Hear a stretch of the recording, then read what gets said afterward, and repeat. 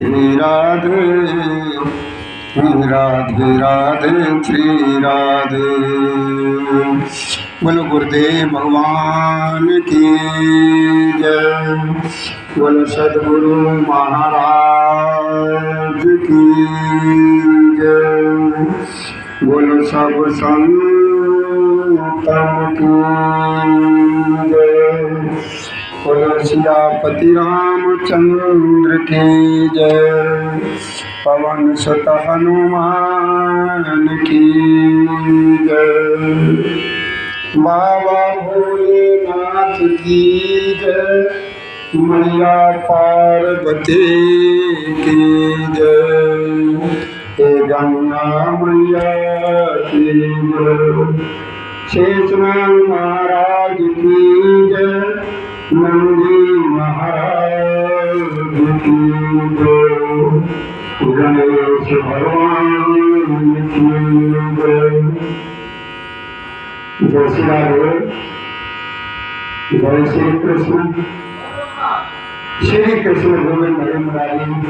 हे नाथ नारायण वासुदेवाय नमः। गुरुदेव भगवान की जय। और सद्गुरु महाराज की जय। और सब संतन की जय।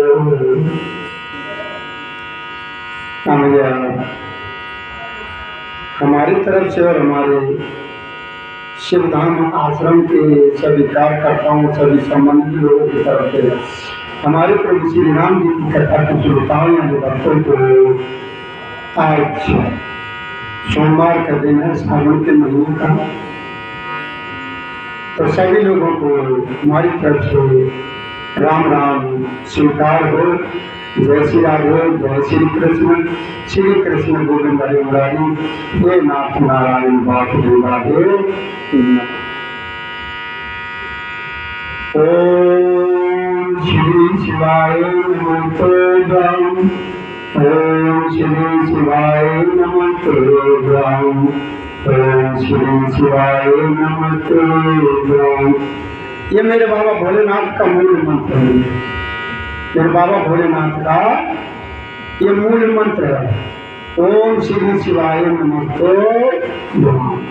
ओम श्री शिवाय नमस्ते। ओम श्री शिवाय। चलिए भैया, हम सभी लोग कथा को सेवन करते हैं। और ये श्री रामचरितमानस पुराण में बाल कांड चल रहा है। और बाल कांड में जो कथा का प्रसंग चल रहा है वो है बाबा भोलेनाथ और माँ पार्वती।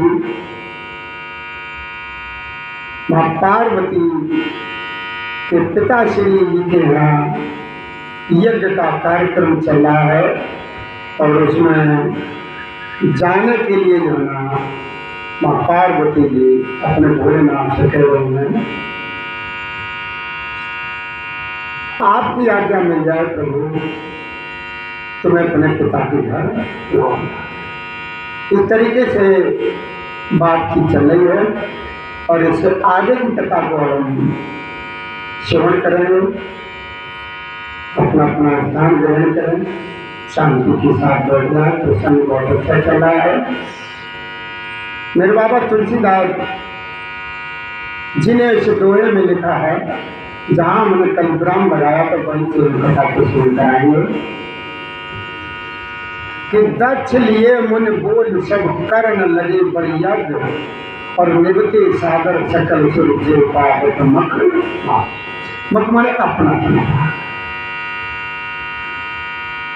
महाराजा दक्ष ने सब मुनियों को बुला लिया और वे बड़ा यज्ञ करने लगे। जो देवता यज्ञ का भाग बांटते हैं, दक्ष ने उन सबको आदर सहित बड़े सत्कार के साथ निमंत्रित किया। यहीं से आगे की कथा को हम श्रवण करेंगे। तो ध्यान दीजिए और सभी लोग सोच समझ कर बताएंगे जो भी जानते हो। ये बताइए कि हम जो गौ माता को एक रोटी खिलाते हैं, वो गाय माता को रोटी क्यों खिलाते हैं? सभी लोग ध्यान से सुने और ये बताने की कृपा करें कि गाय माता को हम लोग रोटी क्यों खिलाते हैं। जरा सोच समझ करके जवाब दीजिए। बताइए कि जब गाय माता को हम रोटी जो खिलाते हैं उसका क्या उद्देश्य होता है और क्यों खिलाते हैं। हमारी गाय मेरे दरवाजे पर आ जाती है सवेरे को या किसी भी टाइम, कहीं कहीं रास्ते में भी चलते समय में मिल जाती है, बाजार में मिल जाती है। अगर वो हमारी तरफ अपना मुख करके तो हम ये देखने लगते हैं कहीं यहाँ पर कोई चीज अगर दिख रही है तो इसको लेकर के खिलाते हैं। ये क्यों खिलाई जाती है? गाय को रोटी हम क्यों खिलाते? बताइए, जो कोई भी जानता हो, बताने में कोई वो नहीं है। कुछ बताइए, चाहे गलत बताइए, चाहे कुछ कैसी बताइए, हम उसको सही करेंगे। लेकिन बताइए गौ माता को जो आना है हम रोटी क्यों खिलाते? नहीं मालूम, चलो कोई बात नहीं। देखिए, हम जो गाय माता को जो एक रोटी जो खिलाते हैं वो इसलिए खिलाते हैं कि हमारी जितनी भी योनियां हैं, यानी 84 लाख, कितनी योनियां हैं? 84 लाख। और 84 लाख योनियों में गाय की योनि बिल्कुल आखिरी है। गाय की योनि जो है ना बिल्कुल लास्ट है।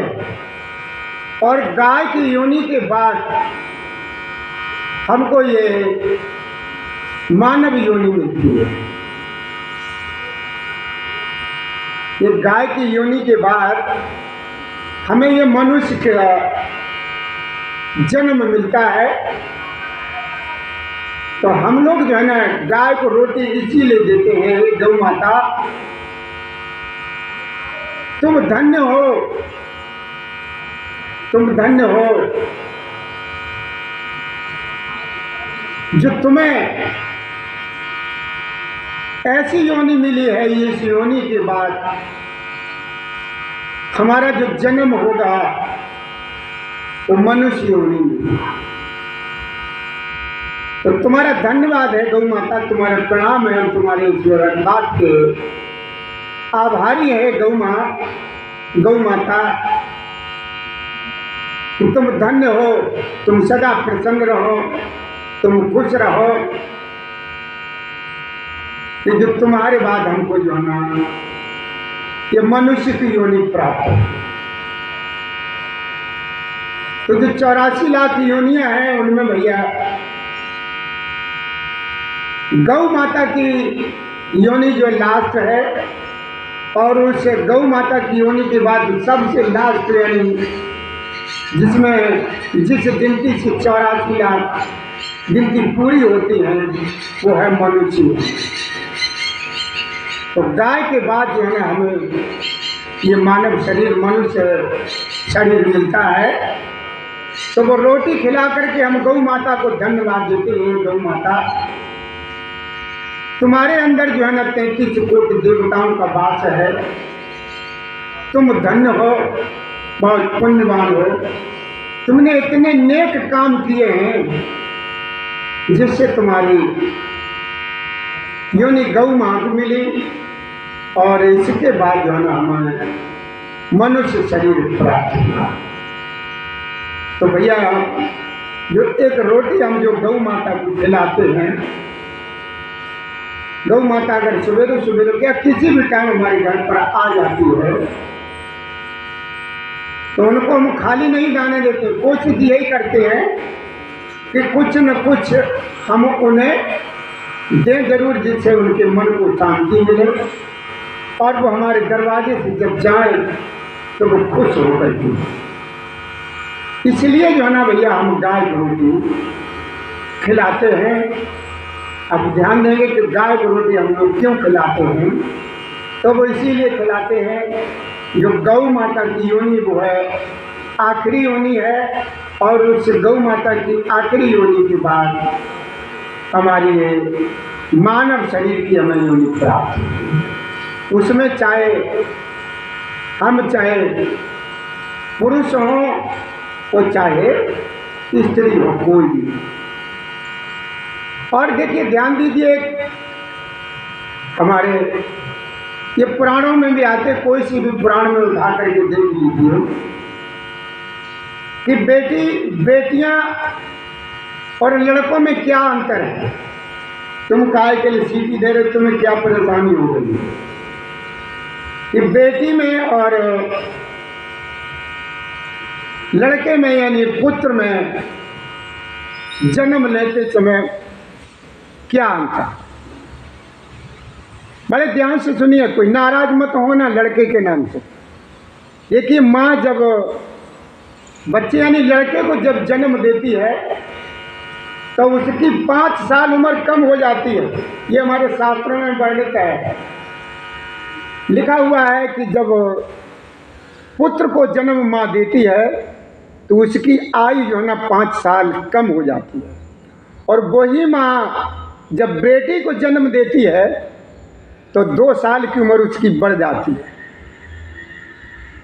बेटी को जब वही माँ जन्म देती है तो उसकी उम्र जो है ना 2 साल की बढ़ जाती है। और उसी माँ से जब पुत्र जन्म लेता है कि पुत्र जन्म लेने से उसी माँ की 5 साल की आयु कम हो जाती है। तो जो बच्चे, जो माँ बाप बेटा और बेटी में इतना महत्व या जो कुछ समझते हों तो थोड़ा सा ध्यान दें। बेटी जो है ना 2 घरों को तारती है, ये तो आप जानते ही हो, 2 परिवारों को तारती है। और बेटा जो भी तुम्हारे साथ करता है आज तो अच्छा लग रहा है, लेकिन कल तुम्हें ये कहोगे अरे जाता था तो हमारी बिटिया ही बढ़िया थी, यही कहोगे। आप देखिए, आपके एक लड़का है एक बेटी है, पुत्र अगर बड़ा है या छोटा है, जो कुछ भी, अगर 2 घर हैं तो आप कहीं अगर बाहर से कहीं अगर आते हो कहीं से, तो बेटी तुम्हारी है वो जान लेगी कि पिताजी आए, पापा आए हैं, तो अपनी माँ के पास जाएगी भाग करके और कहेगी माँ पापा आ गए हैं, पापा के लिए चाय बनाओ। और पानी लेकर के उल्टा सीधा जैसी अवस्था में होगी, अगर लाने लायक अच्छी तरीके से लाने लायक होगी तो उस पात्र को, उस लोटा को, उस गिलास को धो और मांज करके सबसे पहले बिटिया तुम्हारे पास आएगी। और जो पुत्र है, जो लड़का है, वो बैठा बैठा ये देखता रहेगा कि ये पिताश्री हमारे लाए क्या है, ये क्या चीज़ लेकर के आए हैं खाने वाली। और अगर पिताजी कुछ लेकर के आए हैं तो सबसे पहले तुम्हारे पास आएगा और छीन झपट करके लेकर के खाने लगेगा। और अगर नहीं लाए तो देख दाख करके वो चुपचाप चला जाएगा। लेकिन बेटी जो है ना माँ से लड़ेगी झगड़ेगी कि माँ पिताजी आए हैं, भूखे होंगे प्यासे होंगे, इनके चाय की तैयारी करो और इनको जो है ना खाना पीना खिलाओ, खाना पीना की तैयारी करो। तो ये जो है ना बेटी और बेटी में अंतर होता है। लेकिन आजकल की जो है ना हम लोग बेटों को तो महत्व देते हैं लेकिन बेटी को महत्व नहीं देते। ये प्रथा बिल्कुल गलत है, ये नहीं होनी चाहिए। बेटी बड़े नसीब से मिलती है, बड़े नसीब वालों को मिलती है। एक जगह एक कार्यक्रम चल रहा था, वहाँ पर एक सज्जन महाराज थे, उठ के खड़े हो गए, ये कहने लगे अरे भगवान ने हमें जो है ना एक लड़का दिया था और लड़के की हमने शादी कर ली, अब आराम से ठाठ से रहते हैं। ये कहा कि बिटिया नहीं दी जो हमें झंझट करना पड़ता, भागना पड़ता है, वो लड़का दिया और आराम से हमने शादी कर ली और ऐश की जिंदगी का। तो वहीं पर एक बेटी बैठी हुई थी, तो वो खड़ी हो गई, छोटी सी बच्ची थी, वो खड़ी हो गई और खड़ी होकर के कहने लगी अंकल जी आपको भगवान ने दिल नहीं दिया है। बेटी जो है ना दिल वाले की आती है। दिल वाले को भगवान देते हैं, जिनके अंदर दिल होता है उनको भगवान देते। तुम्हारे अंदर वो दिल नहीं है, इसलिए तुम्हें भगवान ने नहीं आकर के वो अंकल जी थे चुपचाप होकर के ही बैठ। इसलिए भैया हमारे घर में अगर बेटी आती है तो बहुत खुशी मनानी चाहिए, बेटा आता है तब भी खुशी मनानी चाहिए। मतलब किसी प्रकार का कोई अंतर हमें नहीं समझना है बेटी और बेटी। यह आपने जान लिया। अगर आप इस बात का विश्वास न माने तो आजकल के जो वैज्ञानिक हैं उनसे शोध करके पूछ करके देख लिए कि बेटी जब आती है तो माँ के लिए क्या होता है और बेटा आता है तो क्या होता नहीं। तो किसी अच्छे डॉक्टर से सलाह मशवरा करके पूछ के दे, वो भी यही कहेगा कि बेटा जब आता है तो उस माँ की उम्र कम हो जाती है, वो बेटी आती है तो उसी माँ की उम्र कम से कम 2 साल बढ़ जाती है। अब इसी को देखिए यहीं पर छोड़ते ही अब आगे की कथा को हम सभी लोग श्रवण करेंगे। चलिए अब आगे बढ़ते, बात आएगी तो फिर बताएंगे। तो अब क्या चला है कि दक्ष लिए मुन बोल सब करन लगे बड़ यज्ञ, यानी महाराजा दक्ष के यहाँ यज्ञ का कार्यक्रम शुरू हो रहा। काय का कार्यक्रम शुरू हो रहा? यज्ञ का।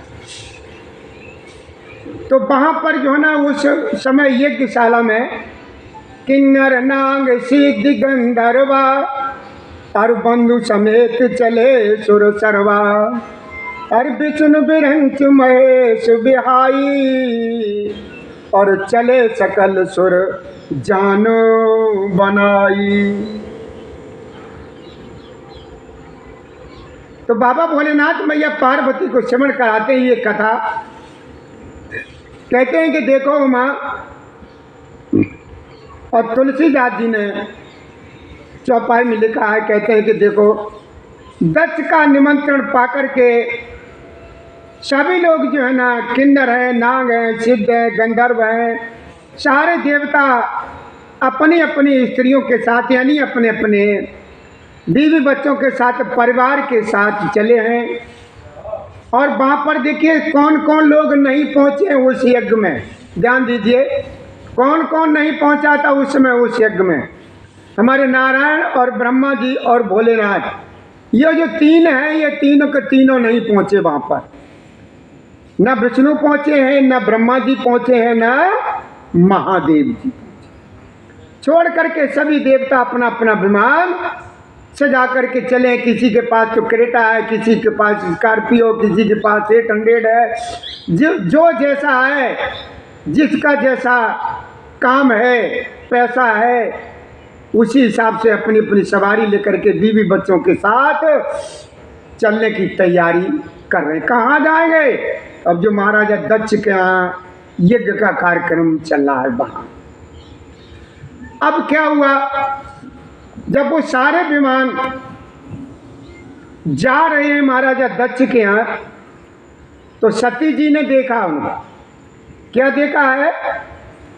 सती जी ने उनको देखा है अनेकों प्रकार के सुंदर बढ़िया बढ़िया विमान हैं और वो सारे के सारे आकाश मार्ग से उड़ते हुए जा रहे हैं।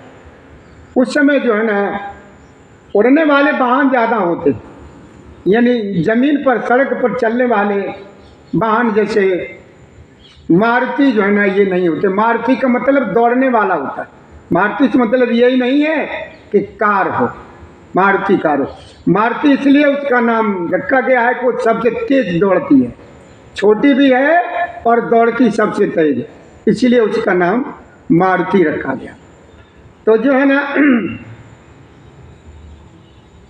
आकाश में चले जा रहे हैं देवताओं की सुंदरियां, बड़े बड़े अच्छे अच्छे मधुर मधुर गाने गा रही हैं, गीत गा रही हैं, जिन्हें सुन करके मुनियों का भी ध्यान छूट जाता है।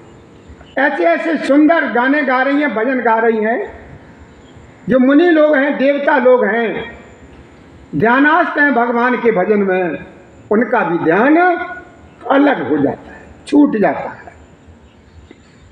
तो सती जी ने पूछा है महादेव जी से विमानों में देवताओं के जाने का कारण पूछा भोलेनाथ से,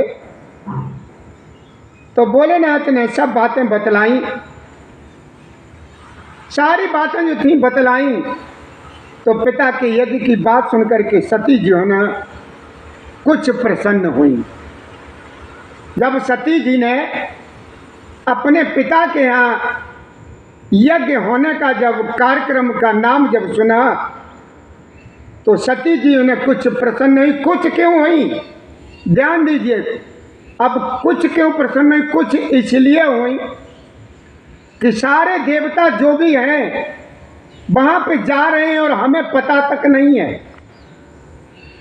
सारे देवता जा रहे हैं यज्ञ में अपना अपना भाग लेने के लिए, ग्रहण करने के लिए, और हमको ये पता तक नहीं। इसलिए प्रसन्न तो हुई क्योंकि पिता के यहाँ हो रहा। अब क्या हुआ,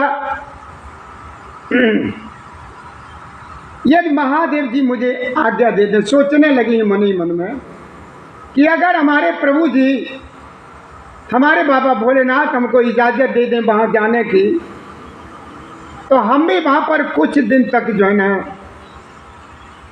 पिताजी के यहाँ भैया भाभी के साथ, माँ के साथ, अपने परिवार के साथ, बहनों के साथ कुछ समय रह आऊँ, ये विचार करने लगे।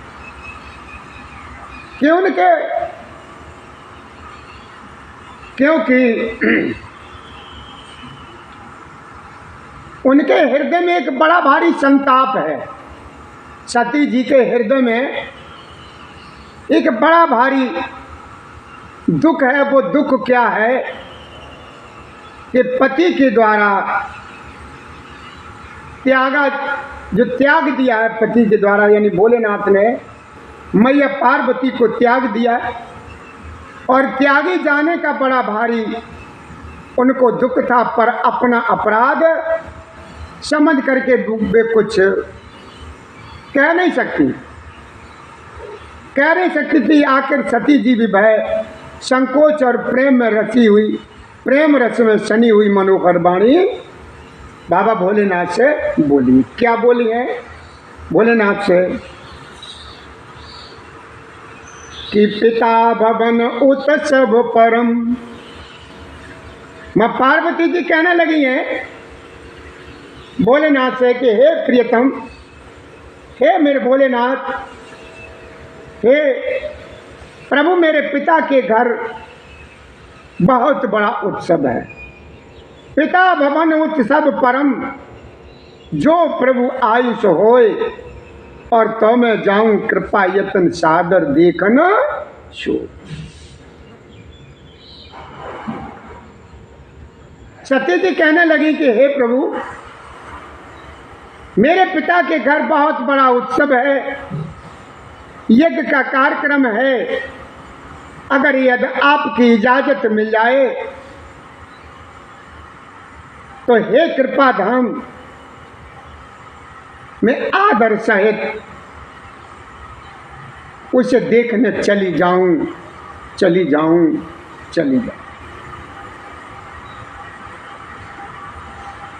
उस यज्ञ को देखने के लिए चली जाऊं। तो भोलेनाथ ने क्या कहा कि उमा, तुम कहती तो अच्छी बात है, बढ़िया बात है, लेकिन जो है ना उन्होंने तुम्हें निमंत्रण नहीं दिया, ये गलत है। मेरी वजह से अगर कोई गलती थी, कुछ था, तो वो हमसे था, तुमसे नहीं था। तुम्हें क्यों छोड़ दिया?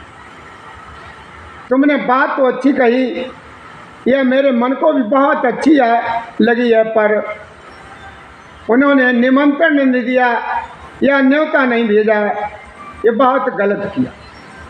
दक्ष ने अपनी सब लड़कियों को बुलाया है, किंतु हमारे बैर के कारण उन्होंने तुमको जो ना भुला दिया। महाराजा दक्ष के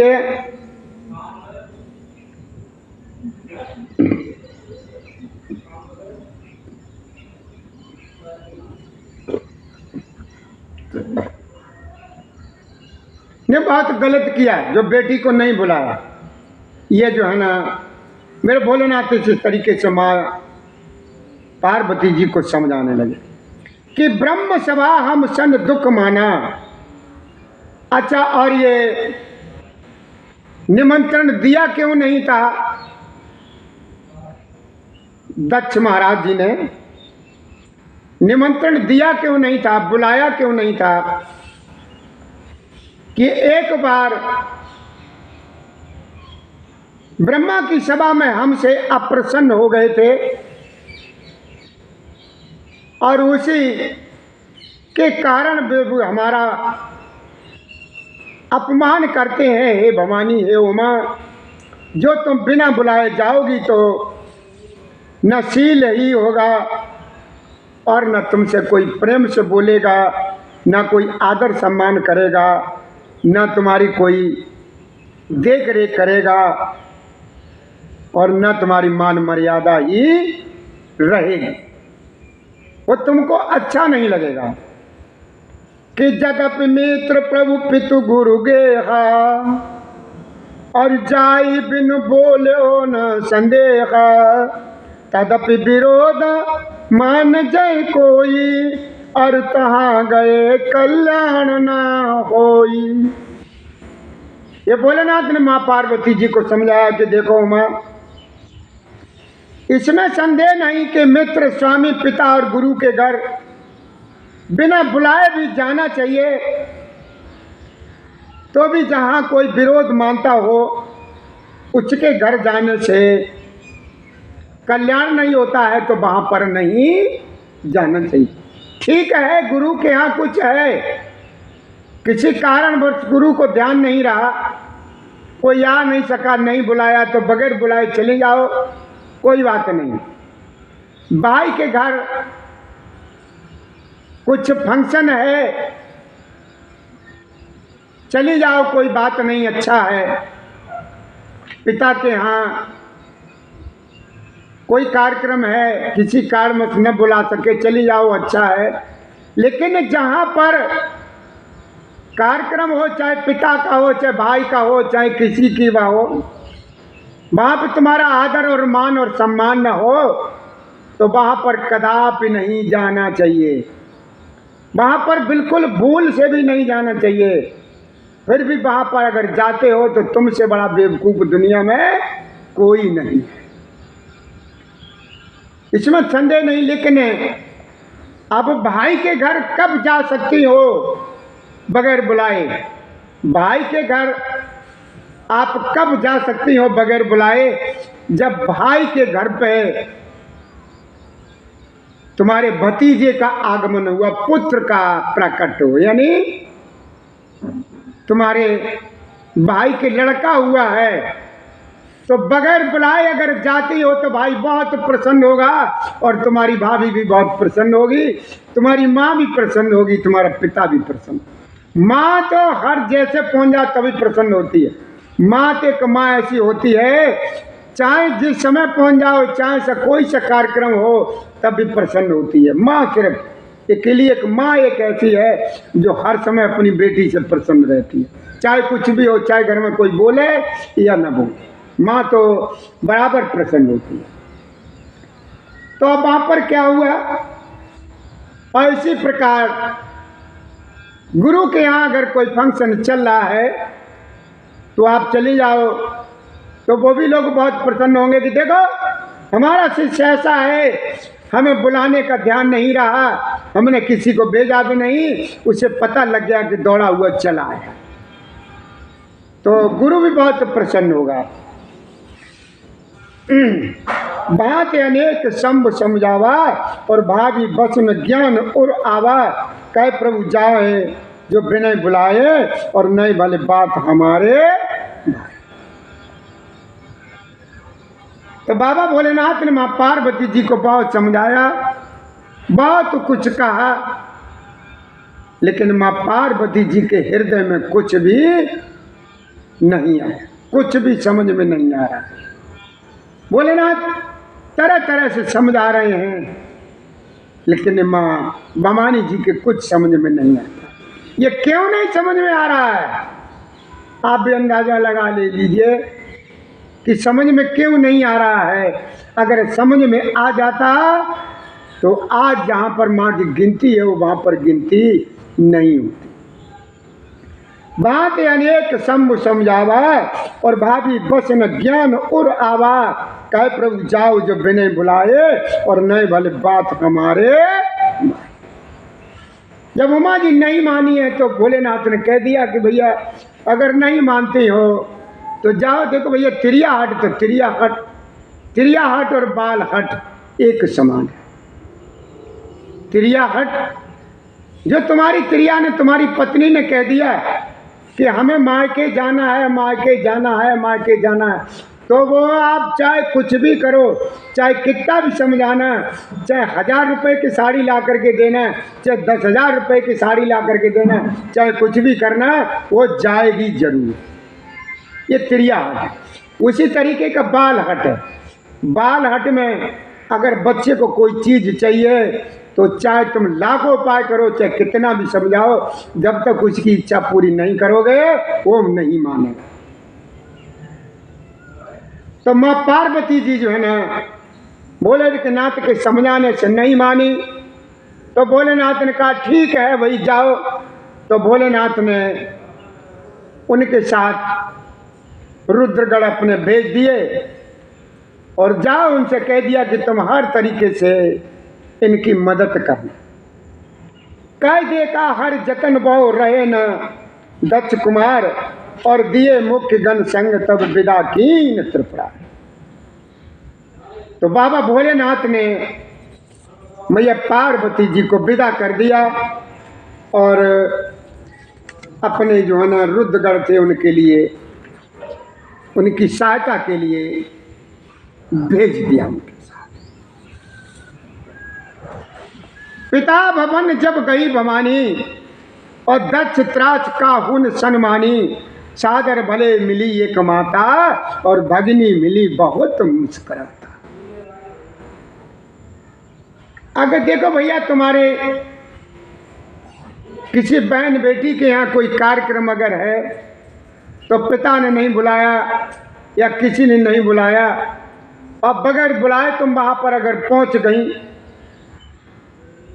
तो पिता भी नहीं बोलेगा और जो घर में होगी वो भी नहीं बोलेगा, लेकिन माँ तो बड़े प्रेम से बोलेगी कि माँ तो माँ है। माँ ने तुम्हें 9 महीने तक अपने उदर में रखा। ये बच्चे की तकलीफ जो है ना माँ ही जानती है, पिता को कुछ नहीं पता। पिता क्या जाने कि माँ को क्या कष्ट होता है, कितनी परिस्थिति झेलनी पड़ती, क्या क्या। तो माँ तो आई, माँ तो जो है ना बड़ी प्रसन्न हुई और बहनें आई वो मुस्कुराने लगी। क्यों मुस्कुराने लगी? कि देखो हमें हमारे पिताजी ने बुलाने के लिए विमान भेजा, स्कॉर्पियो गाड़ी भेजी, विमान तरह तरह के भेजे, लेकिन इनको बुलाने के लिए पिताजी ने कुछ भी नहीं भेजा। तो इस वजह से वो बहनें तो बहुत प्रसन्न हुई और प्रसन्न होकर के मुस्करा रही हैं और कुछ नहीं कह, पास में नहीं आए लेकिन मुस्करा रही हैं। माँ एक ऐसी थी, माँ ने पार्वती जी को गोद में ले लिया, बड़े प्रेम से अपने पास बिठाया और दक्ष ने तो उनकी तरफ निगाह तक नहीं की, कुशल क्षेम भी नहीं पूछी, देख करके उनकी तरफ देखा भी नहीं और देख करके चेहरा जो ना बड़ा भद्दा सा बना लिया, बहुत भद्दा सा, मतलब बेरुखी से उनकी तरफ देख तो लिया लेकिन किसी प्रकार का कुछ उनसे कहा नहीं। तब चित्त चढ़े जो शंकर कहो। अब मैया पार्वती को देखिए, वो ध्यान आ गया जो भोलेनाथ ने कहा था। माँ पार्वती जी के वो ध्यान में आ गई बात जो मेरे बाबा भोलेनाथ ने कही कि देखो माँ, तुम वहाँ जाओगी, तुम्हारा अपमान होगा, तुम बर्दाश्त नहीं कर पाओगी, क्योंकि तुम्हें जाकर के वहाँ पर मेरा स्थान नहीं मिलेगा, हमारा स्थान नहीं मिलेगा, वो तुम बर्दाश्त नहीं कर पाओगी, तुम्हारा अपमान होगा, तुम जो है ना मत जाओ बगैर बुलाए। और माँ को इसी बात की याद आ गई। तब चित चढ़ो जो शंकर कहो, और प्रभु अपमान समुझ उड़ गयो, और पाचिल दुख न हृदय अस व्यापा, और जस भयो महा परिता।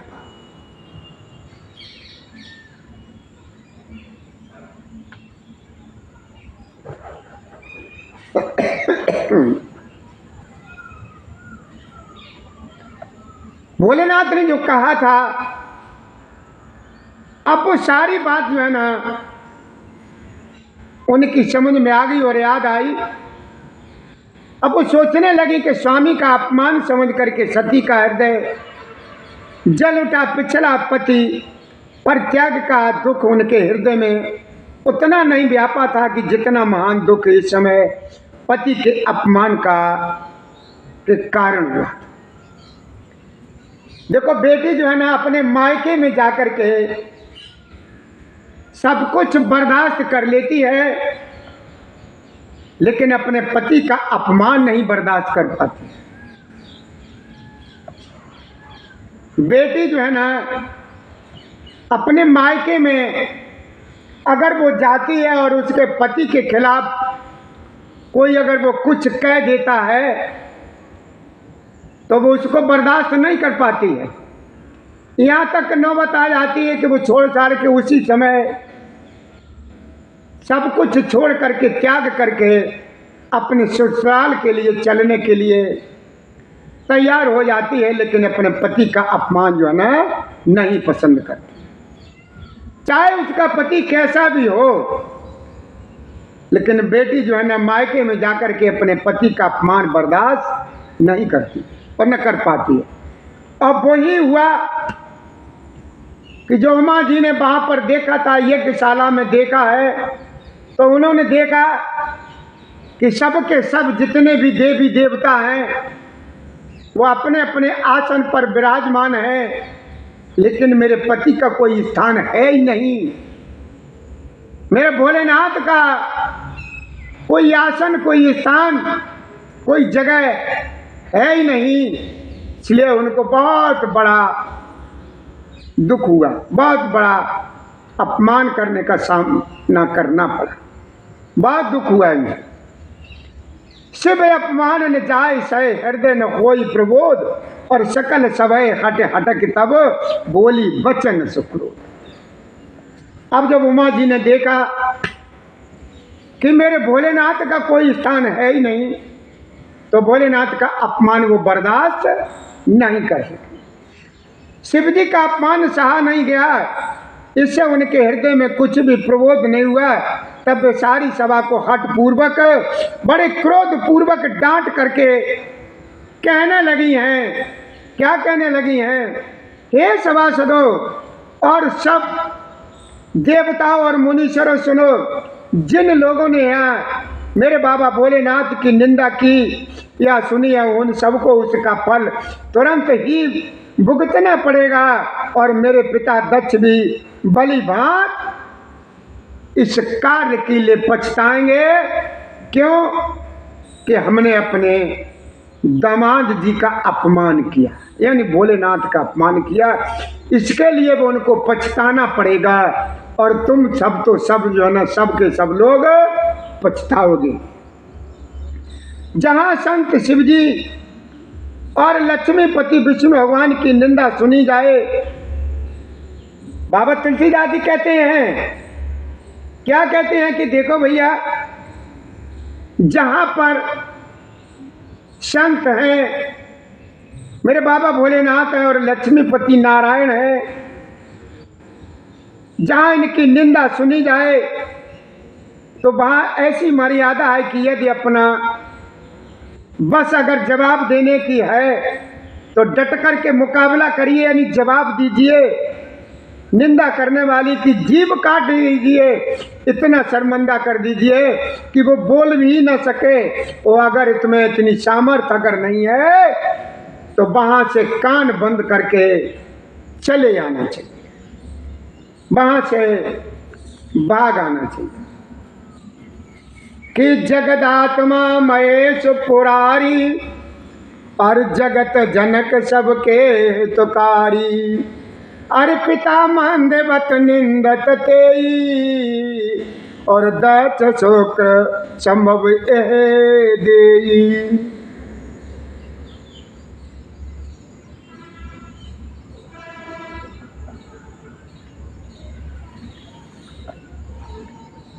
बाबा ने क्या लिखा तुलसीदास जी ने चौपाई में कि जगत आत्मा महेश पुरारी और जगत जनक सबके हितकारी और पिता मंदवत निंदत ते ही दक्ष शुक्र संभव दी। यानी शुक्र यानी राजा दक्ष का तेज, तेज से ये शरीर बना हुआ। मां पार्वती कहने लगी त्रिपुरारी दैत्य को मारने वाले भगवान महेश्वर संपूर्ण जगत की आत्मा है, वे जगत पिता और सबका हित करने वाले हैं। मेरा मंद बुद्धि पिता उनकी निंदा करता है और मेरा यह शरीर दक्ष के ही अंश से उत्पन्न यानी उनके ही वीर से उत्पन्न है कि तजो तुरंत दे हेतु और उर्धर चंद्र मोल वृक्ष केतु अचक जोग अगिन तंजारा और भय सकल मख हाहाकार।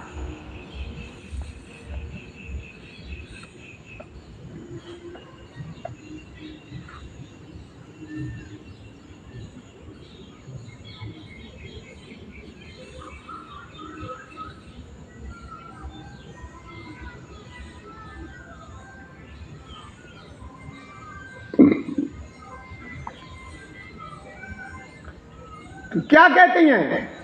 इसलिए चंद्रमा को ललाट पर धारण करने वाले वृक्ष केतु मेरे भोलेनाथ को हृदय में धारण करके मैं शरीर को तुरंत ही त्याग दूंगी। और ऐसा सोच समझ करके ऐसा कह करके सती जी ने योगाग्नि में अपना शरीर एकदम भस्म कर डाला। सारी यज्ञशाला में हाहाकार मच गया। सती मरण सुन शंभुगन लगे कर नमक खीस, रामा करन लगे मक खीस, यज्ञ विध्वंस बिलोक भृगु रक्षा कीन मुनीश।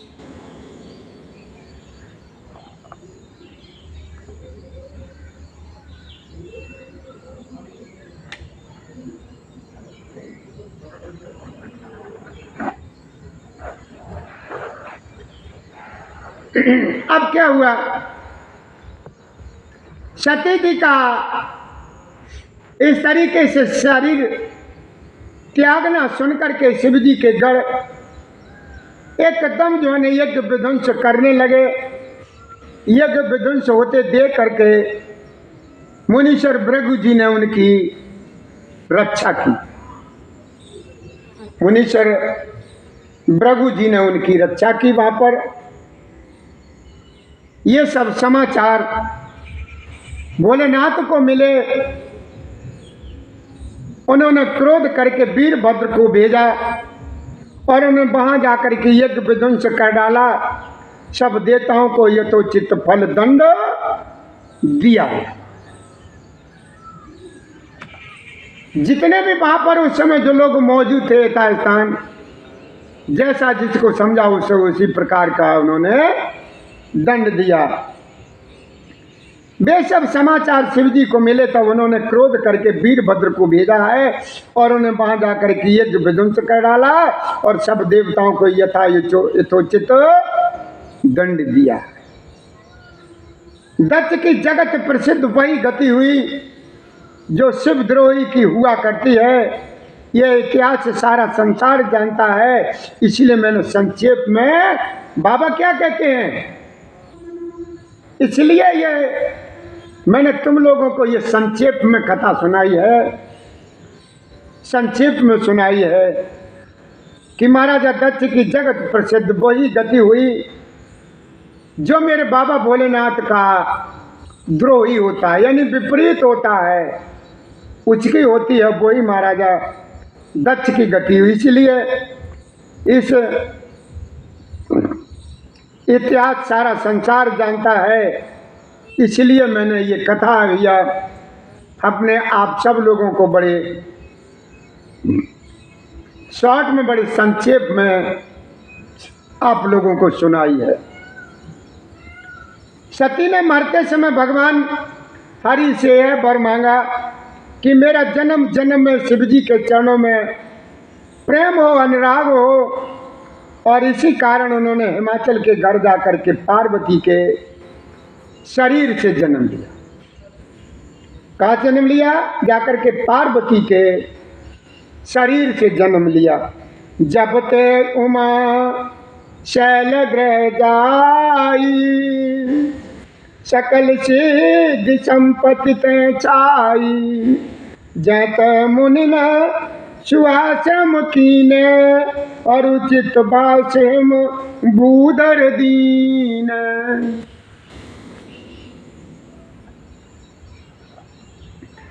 जब से मैं उमा जी हिमाचल के घर में जन्मी है, तब से वहाँ सारी सिद्धियाँ और संपत्तियाँ जो है ना आ गई हैं।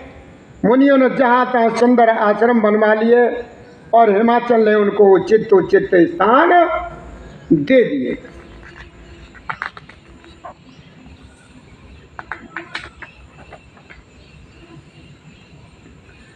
आगे क्या कहते हैं कि सदा सुमन फल सहित सब ध्रुव न बुनाना जाति, प्रगति सुंदर शैल पर मनिया कर बहुबा,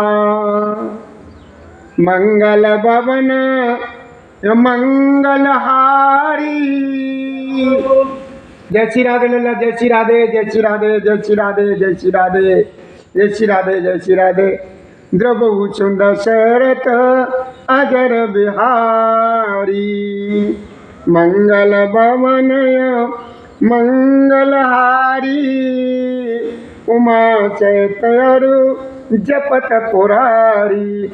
जय जय जय हनुमान गुसाई, कृपा करो गुरुदेव की नाई।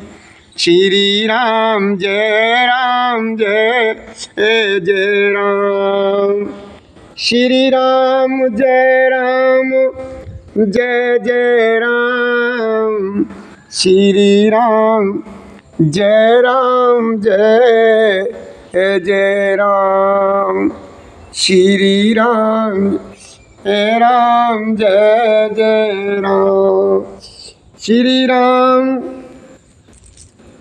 जय राम जय जय राम, श्री राम जय राम जय जय राम, श्री राम जय राम जय जय राम। तो क्या कहते हैं?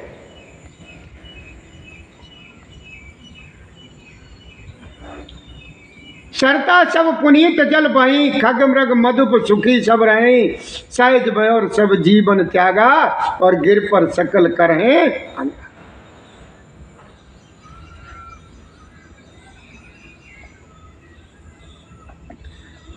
उस सुंदर पर्वत पर बहुत प्रकार के सब नए नए वृक्ष सदा पुष्प फल युक्त हो गए, और वहां बहुत तरह की मणियों की खाने प्रकट हो गई।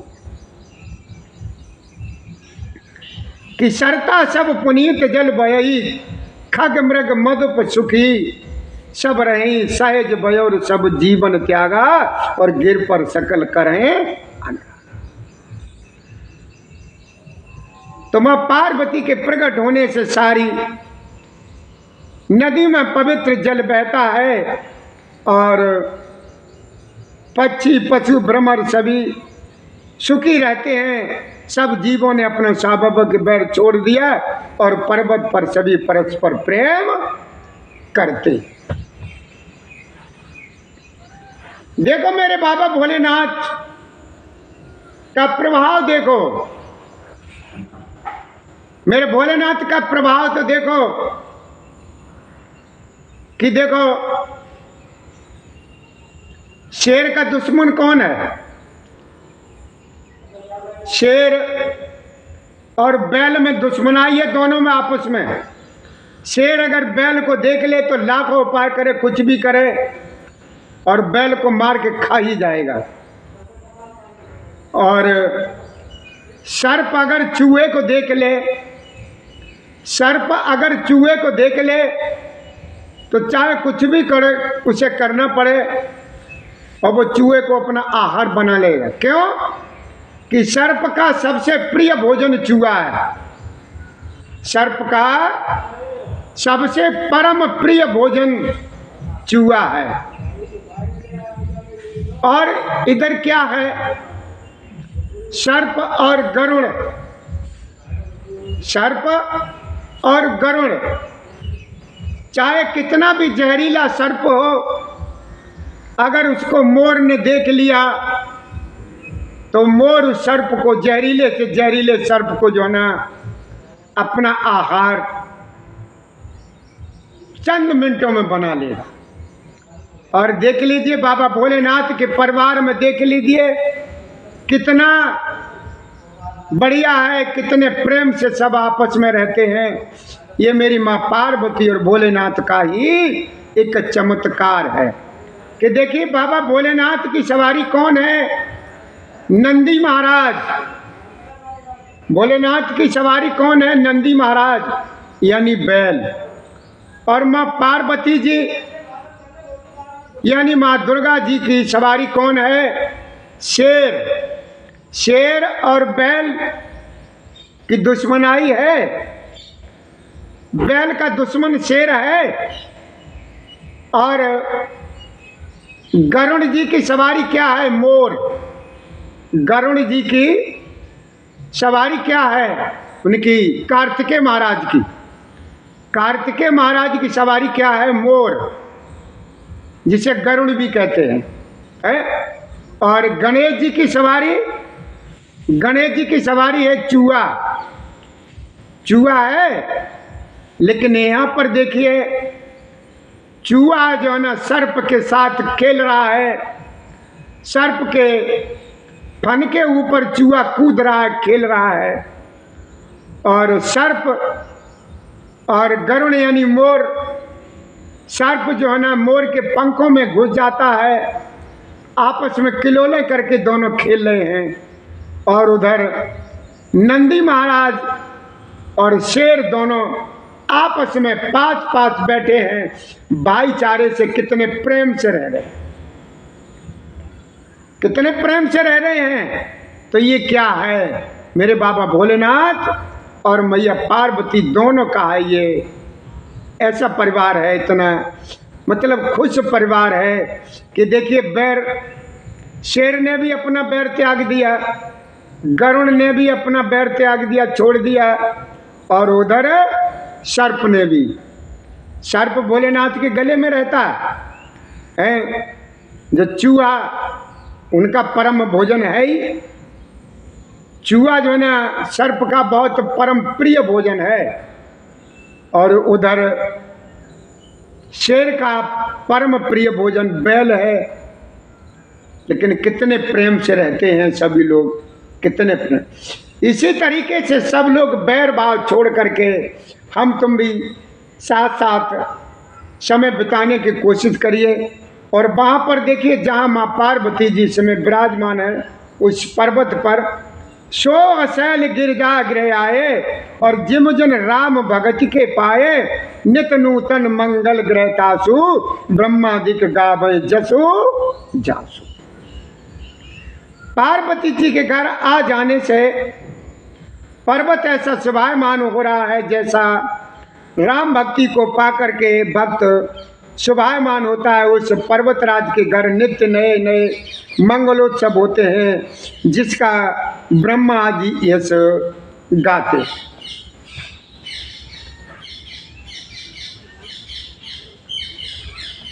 अब यही जब नारद जी ने ये सब समाचार सुने तो वे भी कौतुक ही से हिमाचल के घर पधारे। पर्वत राज ने उनका बड़ा आदर किया और चरण धो करके उनको उत्तम आसन दिए। फिर अपनी स्त्री सहित मुनि के चरणों में शरणवाया और उनके चरणों को सारे घर में छिड़कवाया। हिमाचल ने अपने सौभाग्य का बहुत बखान किया और पुत्री को बुला करके मुनि के चरणों में समर्पित कर दिया। त्रिकाल सर्वभाग्य तुम और गति सर्वज्ञ तुम्हारी, और कयौ सुता के दोष गुण मुनि बर हृदय विचार। अब क्या किया है माला ने? उस गिरिराज जी ने क्या किया? अपनी बेटी यानी पार्वती जी को, उमा को बुलाया और नारद जी को सौंप दिया और कह दिया कि हे मुनि महाराज, हमारी बिटिया के गुण और दोष बताइए, इसका आगे का क्या है और कैसी है, सारे गुण दोषों का बखान करके बताइए अच्छी तरीके से। त्रिकाल सर्वज्ञ तुम गति सर्वत्र तुम्हारी कयो सुता के दोष गुण मुनि बर हृदय। त्रिकाल यानी सब कुछ जानने वाले, तीनों लोगों के जानने वाले। हे मुनीश्वर, आप त्रिकालज्ञ हैं और सर्वज्ञ हैं, आपकी सर्वत्र पहुंच है, अतः आप हृदय में विचार करके कन्या के दोष गुण बखान करके बताइए कि क्या है। तो अब भैया समय क्या कह रहा है? समय का अभाव है और ये हमारी मशीन भी कार्य कर नहीं रही है, इसीलिए आज की कथा को यहीं पर हम विराम देते हैं। इससे आगे की कथा हम आप लोगों को कल श्रवण कराएंगे। हमारी तरफ से, हमारे शिवधाम आश्रम के सभी कार्यकर्ताओं, सभी संबंधित लोगों की तरफ से हमारे प्रभु श्री राम जी की कथा के श्रोताओं यानी भक्तों को राम राम स्वीकार हो। जय श्री राधे, जय श्री कृष्ण गोविंद हरे मुरारी, हे नाथ नारायण वासुदेवाय नमः। और आज भैया सोमवार का दिन है, तो हमारा सभी लोगों से निवेदन है कि सोमवार वाले दिन बाबा भोलेनाथ के मंदिर में आकर के एक लोटा जल जरूर चढ़ाएं आकर के, जिससे आपके सारे मनोरथ पूर्ण हो जाएंगे। इसी के साथ अपनी वाणी को हम विराम देते हैं। आगे की कथा हम आप लोगों को कल श्रवण कराएंगे। जय श्री राधे, जय श्री कृष्ण गोविंद हरे मुरारी, हे नाथ नारायण वासुदेवाय नमः। तो आज आपने क्या क्या सुना? ये सुना कि हम गाय को रोटी क्यों खिलाते हैं और बेटी और पुत्र में अंतर क्या है और माँ के लिए क्या है। इसी के साथ हमें भैया इजाज़त दीजिए। जय श्री राधे, जय श्री कृष्ण गोविंद हरे मुरारी, हे नाथ नारायण वासुदेवाय नमः। श्री राम जय जय राम, श्री राम जय श्री राधे, जय श्री राधे।